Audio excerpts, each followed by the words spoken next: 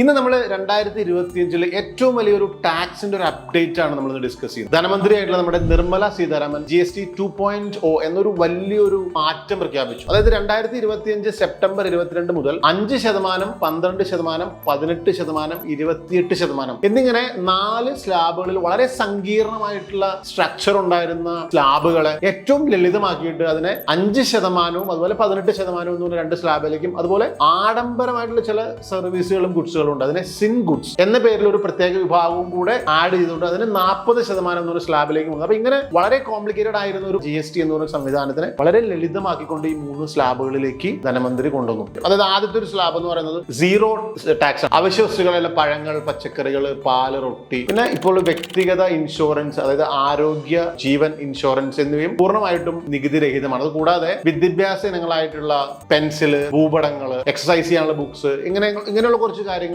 കൂടെ നികുതി രഹിതമാണ്.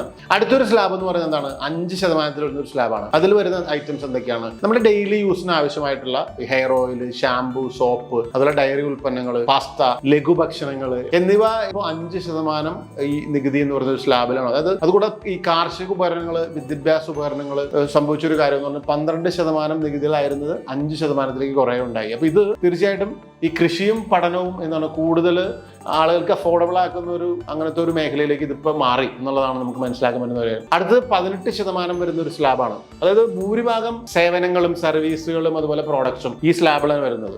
ഈ 18% എന്നുള്ള സ്ലാബിലാണ്. ഉദാഹരണത്തിന് റെസ്റ്റോറൻറ്റുകൾ, telecom, banking, TV, washing machine, അതുപോലെ 350 cc താഴെ വരുന്ന മോട്ടോർ ബൈക്കുകൾ, ഇങ്ങനെയുള്ളതൊക്കെ ഈ പറഞ്ഞ ആ സ്ലാബിലേക്ക് മാറ്റപ്പെടും. അപ്പൊ ഏറ്റവും നല്ല വാർത്ത എന്ന് പറയുന്നത് ഇതിനു മുൻപ് 28% വരെ നികുതി ഈടാക്കിയിരുന്നു എന്നുള്ളതാണ് ഈ പറഞ്ഞ കാര്യങ്ങൾക്കൊക്കെ. അപ്പൊ ഇപ്പൊ നിങ്ങൾക്ക് ഇത് ഉപയോഗിക്കുന്ന ആളുകൾക്ക് തീർച്ചയായിട്ടും വളരെ ലാഭകരമായിട്ടുള്ള ഒരു വാർത്തയാണ് ഈ പുതിയ GST സ്ലാബ് എന്ന് പറയുന്നത്. അടുത്തത് 40% സ്ലാബാണ്, 40%. ഇത് വരുന്നത് പ്രധാനമായിട്ടും ലക്ഷറീസ് ആയിട്ടുള്ള, അത് ആഡംബരമായിട്ടുള്ള ഐറ്റംസ് ആണ്. സിൻ ഗുഡ്സ് എന്നാണ് സാധാരണ ഇതിനെ പറയുന്നത്. ഉയർന്ന വിലയുള്ള കാറുകൾ, പ്രീമിയം ബൈക്കുകൾ, അതുപോലെ പിന്നെ ഒരു കാറ്റഗറി എന്ന് പറയുന്നത് ഈ പുകയില, അതുപോലെ കാസിനോ ഗെയിമുകൾ കളിക്കുന്ന കാസിനോസ്. ഉദാഹരണം പറഞ്ഞു കഴിഞ്ഞാൽ ഗോവയിലൊക്കെ കാസിനോ ഒക്കെ വളരെ എന്താ പറയാ ഏറ്റവും കൂടുതൽ ആളുകൾ എൻജോയ് ചെയ്യാൻ പോകുന്ന ഒരു സ്ഥലമാണ് കാസിനോ. അപ്പൊ അവിടേക്ക് 28% ആയിരുന്നതൊക്കെ ഈ 40% GST മാറ്റുകയുണ്ടായി. അപ്പൊ ഇതൊക്കെ ഇങ്ങനെയുള്ള ഒരുപാട് ഡിഫറൻസുകൾ ഇപ്പോൾ വന്നിട്ടുണ്ട്. ഈ ദൈനംദിന ആവശ്യങ്ങൾക്കുള്ള സാധനങ്ങൾക്ക് വളരെ വില കുറയുകയും അതുപോലെ ആഡംബരമായിട്ടുള്ള വസ്തുക്കൾക്ക് വില കൂടുകയും ചെയ്തു